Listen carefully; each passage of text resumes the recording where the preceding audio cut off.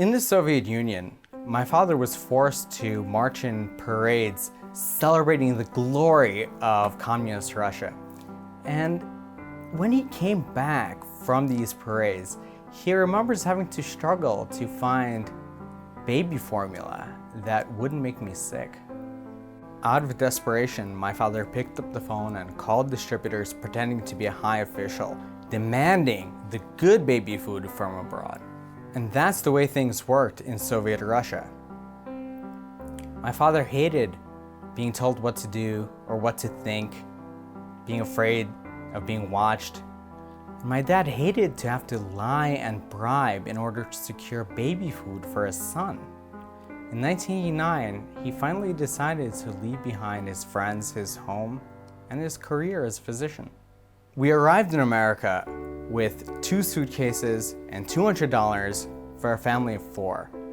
And then my father had to take my brother out to scour the streets with him to find broken, discarded TVs, fix them up a little bit, and then sell them for a small profit.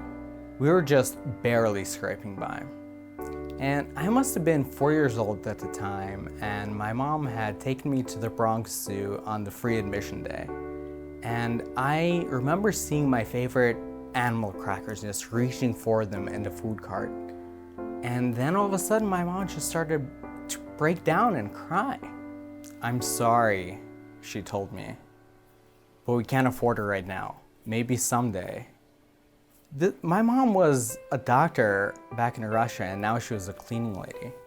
Even my brother had to pitch in. He discovered that he could comb the sand beneath payphones on the beach to find fallen change. But one day, when my dad was riding home on the subway, exhausted from work, he had met a friend of his on the subway who was complaining about hand pains.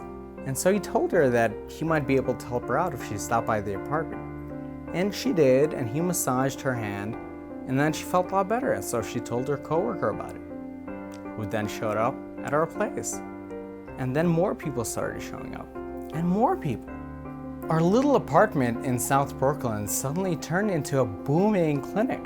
He opened an office, and then another, bought a car, and then a house, and he lived richer than he ever dreamed possible. He was able to buy baby formula for his grandson, and my mother was finally able to buy me the animal crackers that I still love to this day. A couple of years ago, a good friend of mine asked my dad, "What is your favorite part about being in the US?" And after a thoughtful pause, my dad came back to him and said, "In America, I am my own boss.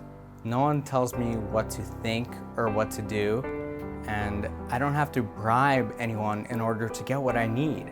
I'm in charge of my own life, my business, and my future. In America, I am free." I'm Igor, and that's why I'm a libertarian.